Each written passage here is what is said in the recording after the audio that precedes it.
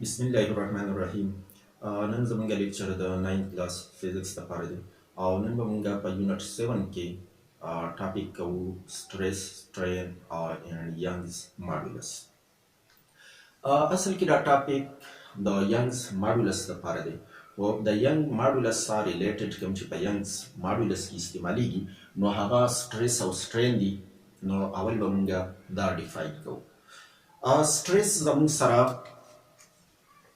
the force per unit area of cross section دی. نو stress منگا داسی لیکلی شو چې stress is equal to F over A. For example یو وایر تاسو واغستو او د دې وایر cross sectional area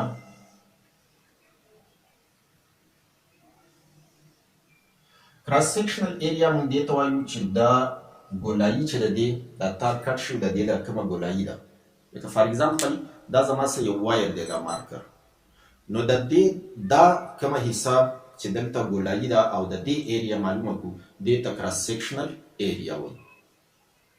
نو که دا ایریا کراس سیکشنل ایریا مونږ ته معلومه او څومره فورس چې په دې باندې مونږ اپلای کړی دی هغه فورس مونږ ته معلومه او د دغه معلومولو لپاره اسان میتھډ زموږ سره داسي چې دې ته به تاسو څه ویټ اټیچ کړئ. مثال په طور 5 kg ویټ دې ته ما اټیچ کړ دې وایر ته. دلته دا یو سپورټ ته مونږه اټیچ کړی دی، ریډیټ سپورټ ته بره دا مونږ کلک کړی دی او د دې د بل اینډ ته مونږه 5 کیلوګرام یو ویټ اټیچ کړو.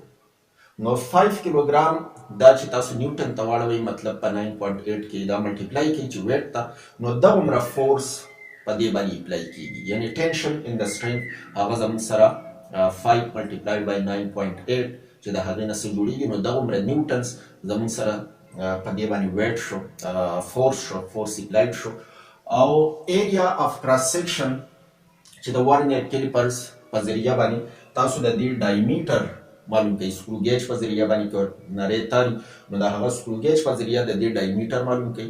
ډایمیټر بیا هاف کې نو ریډیس بشي، یعنی د دې ګولایي ریډیس بشي.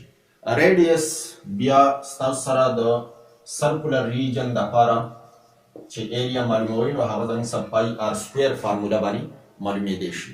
نو داسې ټول دغه مونږ د دې لپاره کولی شو کوم ویلیوز چې زموږ سره پکار وي هغه دپاره طریقې شته هغه معلومولی شو. نو فورس راواخلئ په ایریا باندې ډیوایډ کړئ نو دا به زموږ سره سټریس برابري. د سټریس دپاره یونټ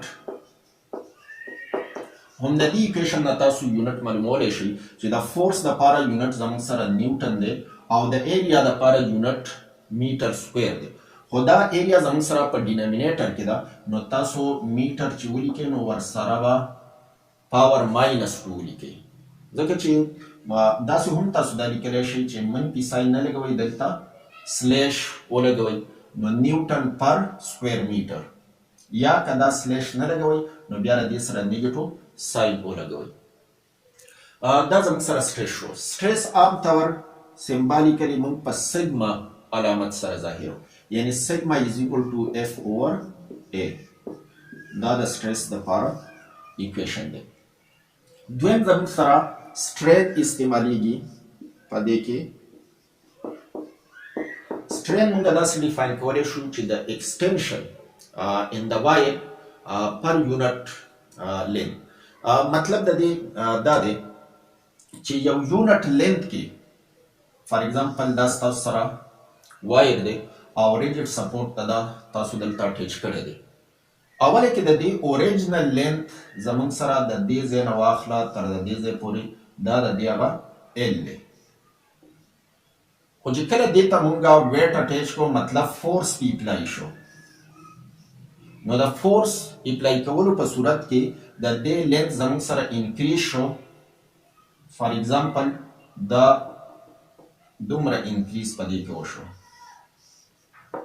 دا زموږ سره 5 kg فار ایگزامپل 5 kg ویټ مونږ دې ته اټیچ کړو نو اوریجنل لینث زموږ سره دا و، خو د ویټ اټیچ کولو په وجه په دې باندې فورس اپلای شو. لینیر فورس په دې باندې اپلای شو او د دې په لینث کې دومره د دې ځای نه واخله تر دې پورې دا زموږ سره ایکسټنشن پیدا شو. نو که چېرې موږ دا ایکسټنشن راواخلو او په دې اوریجنل لینث په اوله کې چې بغیر د فورس لګولو نه څومره لینث و په هغې باندې ډیوایډ کړو نو دې ته وایي سټرین. مطلب د دې دا دی چې زموږ سره په یونټ لینث کې څومره سټرین پیدا کیږي، مطلب ډیفارمیشن په دې کې څومره پیدا شو. نو د سټرین لپاره equation equal to دا به زموږ سره x over l یعنی extension divided by length. که length زموږ سره 2 میټره او په دې کې 2 سانتي میټره ډیفارمیشن پیدا شو، extension په دې کې وشو، نو مطلب دا چې 2 divided by 2 سانتي میټر دی نو هغه به موږ میټر ته وړو 0.02 بشي او بیا به ډیوایډ کړو په 2 باندې. نو مطلب دا چې په یو میټر کې زموږ سره څومره اضافه وشو نو 1 سانتي میټر وشوه، نو چې د یو میټر لپاره بیا موږ معلوم کړو نو هغې ته موږ سټرین وایو. هسې تاسو که دا لږ تار واخلئ د میټر نه کم هم واخلئ، خو چې بیا تاسو ډیویژن وکړئ نو هغه په خپله پر یونټ لینث ته چینج شي، یعنی چینج ان لینث ډیوایډډ بای اوریجنل لینث. نو دا به زموږ سره پر یونټ لینث کې چې څومره انکریز کیږي هغه زموږ سره معلومیږي. دلته ایکس هم زموږ سره لینث دی او ال هم زموږ سره لینث دی، خو دا ایکسټنشن دې ته وایو، دې ته اوریجنل لینث وایو. نور دواړه زموږ سره یونټ د لینث دپاره که د دې لپاره استعمال وکړو که د دې لپاره میټر به استعمال وکړو. نو دا دوه لینث په منځ کې ریشو ده، نو د دې وجې نه دا زموږ سره یونټ لیس دی، یونټ د دې نشته، دا به پیور نمبر او یونټ لیس به یونټ به د دې نه وي. سټرین سمبالیکلی مونږ په اپسایلان سمبل سره ظاهرو، نو اپسایلان زموږ سره د ایکس اوور ال برابر دی. دا د سټرین دپاره کوم ډیفارمیشن چې په دې وایر کې پیدا کیږي د هغې دپاره ایکویشن شو. اوس راځو ینګز ماډولس ته. ینګز ماډولس دا زموږ سره یو کانسټنټ دی، د هر یو میټیریل الاسټیک میټیریل د هغې دپاره یو کانسټنټ دی او دا په اصل کې د هوکس لا نه دا کانسټنټ معلومیږي. هوکس لا مخکې چې تاسو کومه ویلې ده دا به هم زموږ سره یو فارم دی د هوکس لا، خو هغه سمپل دی. د دغه مخکیني f is equal to minus kx د دغه نه موږ ته د میټیریل په باره کې څه معلومات نه کیږي. نو دا دویم فارم د هوکس لا داسې دی چې within the limit of proportionality stress is directly proportional to the strain. د دې څخه اول کې ما لفظ استعمال کړ لیمټ آف پروپورشنلیټي یا پروپورشنل لیمټ ورته هم وایي. پروپورشنل لیمټ مطلب دی چې په داسې لیمټ کې مونږه فورس په دې وایر باندې اپلای کړو چې هغه په دغه حده پورې دا په پروپورشن کې، یعنی زموږ سره فار ایگزامپل په دې تار باندې زه فورس اپلای کوم، نو فار ایگزامپل اول ما په دې باندې فورس اپلای کوم، زه به یو ټیبل جوړ کړم فورس او د ایکس په منځ کې. فار ایگزامپل یو نیوټن فورس اپلای شو په دې کې 0.02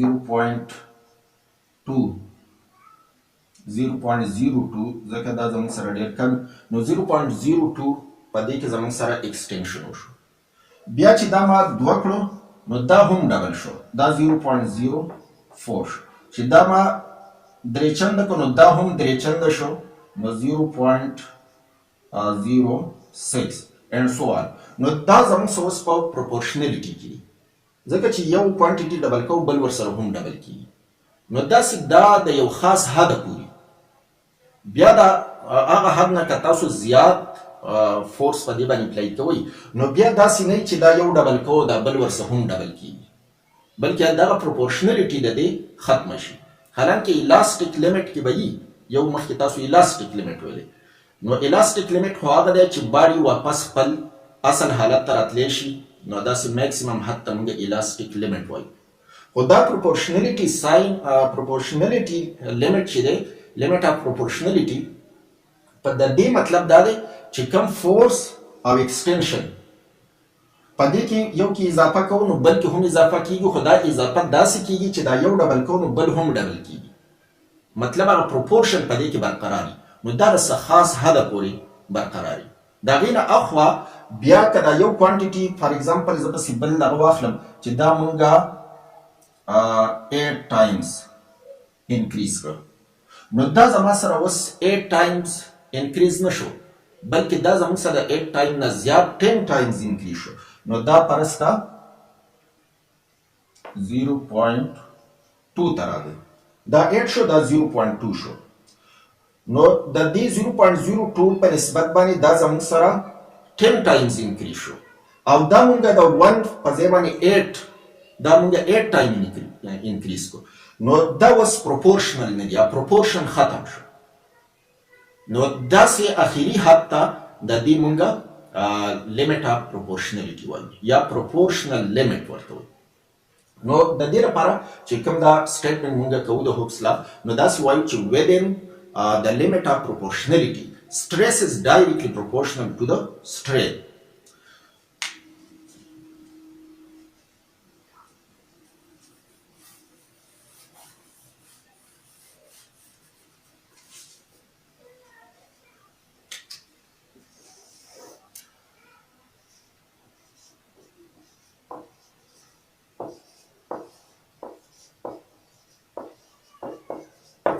Stress is directly proportional to the strain. خو دا په کم حده پورې دا د لیمټ اف پروپورشنالیټي دننه چې تاسو په دې باندې سټریس اپلای کوئ، نو په هغه وایر کې به سټرین پیدا کیږي چې یو سټریس مونږه ډبل کوو نو سټرین ورسره هم ډبل کیږي، یعنی پر یونټ لینث کې چې کوم چینج راته هغې ته سټرین وایي، نو سټرین به ورسره هم ډبل کیږي.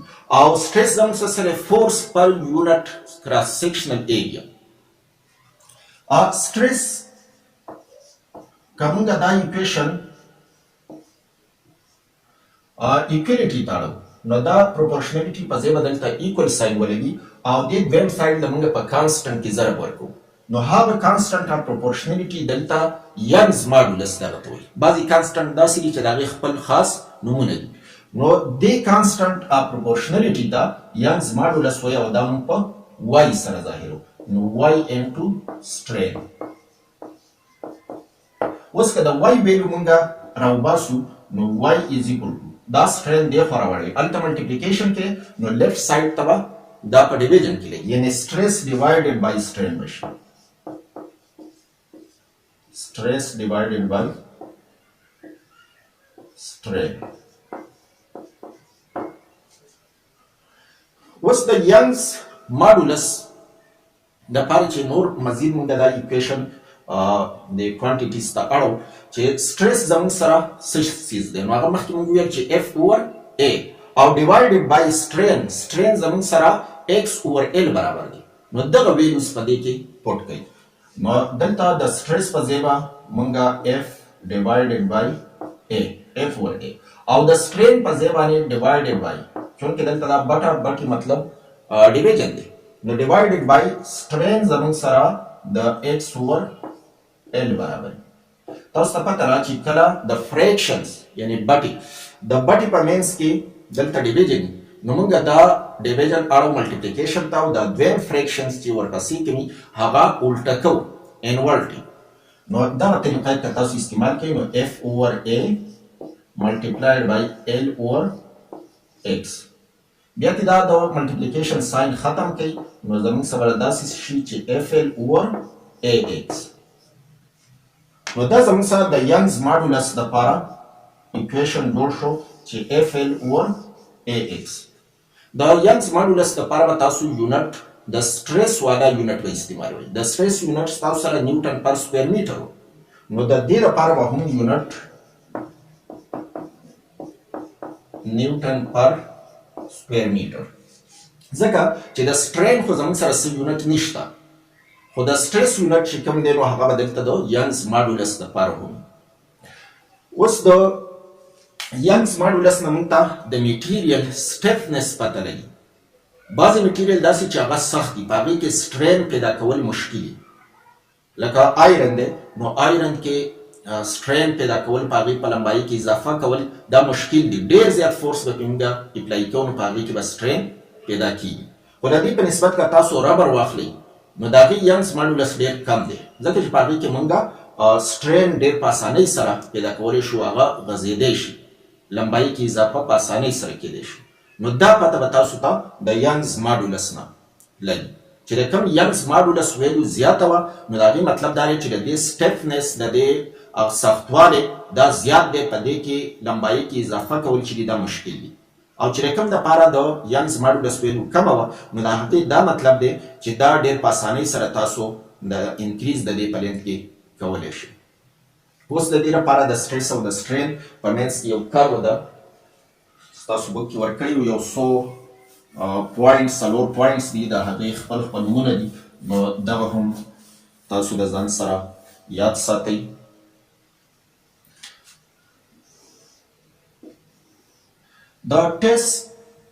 د سټریس ټیسټر په ذریعه باندې د سټریس او د سټرین ویلوز معلومیږي.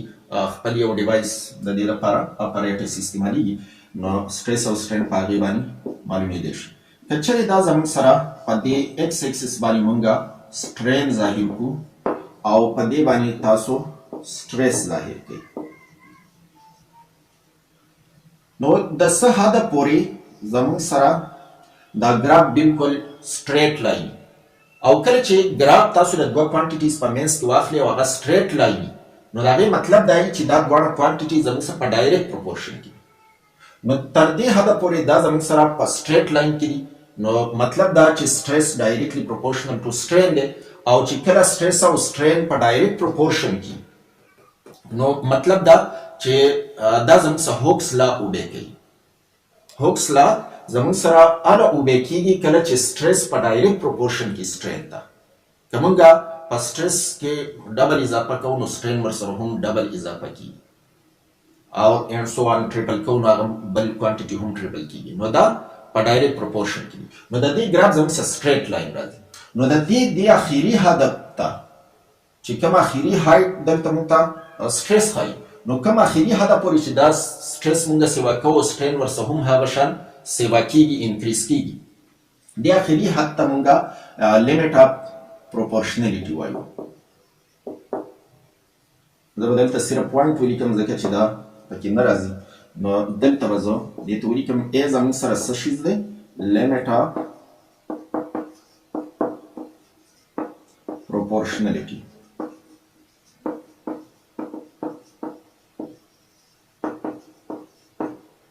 یا پروپورشنل لیمټ ورته وایي، پروپورشنل لیمټ دا ای پوینټ.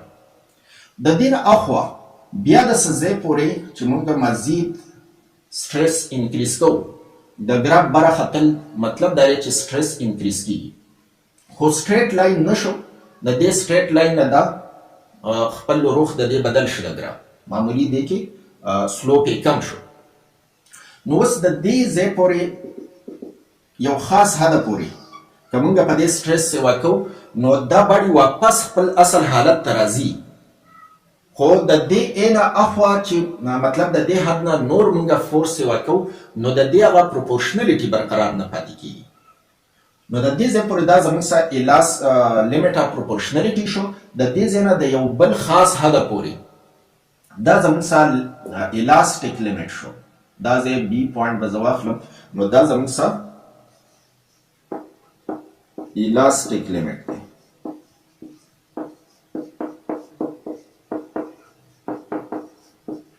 الاسټیک لیمټ او لیمټ اف پروپورشنلیټي کې فرق دا دی چې مزید مونږ سټریس سیوا کوو نو باډي واپس خپل حالت ته راځي نو هغه میکسیمم حد ته مونږ الاسټیک لیمټ وایو.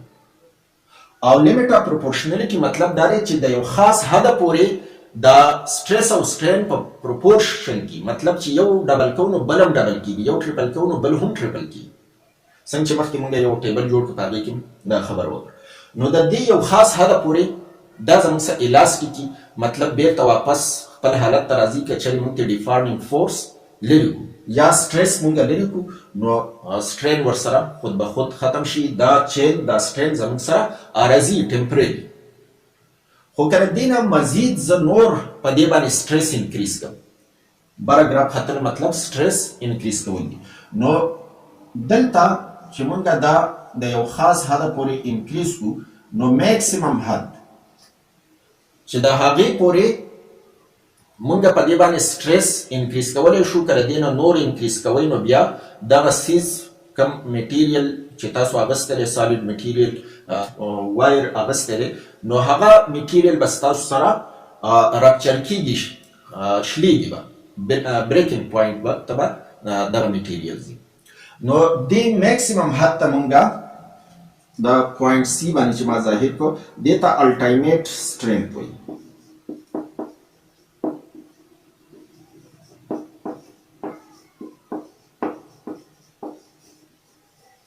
یا میکسیمم سټرس ورته هم وایي. میکسیمم سټرس نو دا زموږ سره د هغه میکسیمم سټرس دی. او بیا د دې نه پس چې کله د میکسیمم سټرس نه خبر واوړي نو بیا باډي کې پرمننټ ډیفارمیشن خو زموږ سره دې لاین نه دېخوا شروع کیږي. خو په دې ریجنز کې بیا زموږ سره کم فورس چې په دې باندې لګي بیا دومره فورس نه وي پکار لکه څومره چې دا میکسیمم سټرس دلته موږ سی پوینټ باندې ظاهر کو د دې نه په کم فورس باندې هم دا غځیږي او تر دې حده چې دغه وایر کم دغه چې تاسو اغوستی هغه بریکینګ پوینټ ته ورسي. نو دې پوینټ ته چې دا موږ په ډي سره ظاهرو دا زموږ سره رپچر یا بریکینګ پوینټ دې ته رپچر وایي یا بریکینګ پوینټ ورته وایي.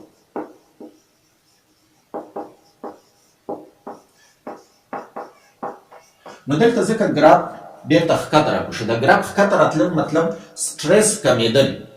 نو بیا په لږ سټرس سره دا تاسو مزید په دې پلین کې اضافه کولی شئ او اخر دا چې هغه رپچر وکړي وشلیږي.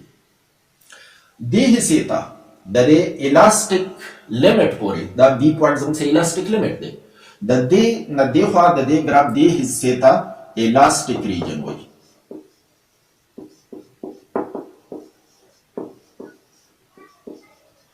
او دې حصې ته په کوم کې چې پرمننټ سټرین پیدا کیږي که چېرې سټرس کې بیا موږ لرې کړو نو په هغې په لینت کې یو خاص اضافه شوي او هغه بیرته واپس خپل اصل حالت ته نه ځي اوریجنل کوم شیپ اینډ سایز چې دی هغې طرف ته نه ځي. نو دې حصې ته پلاستیک ریجن وایي.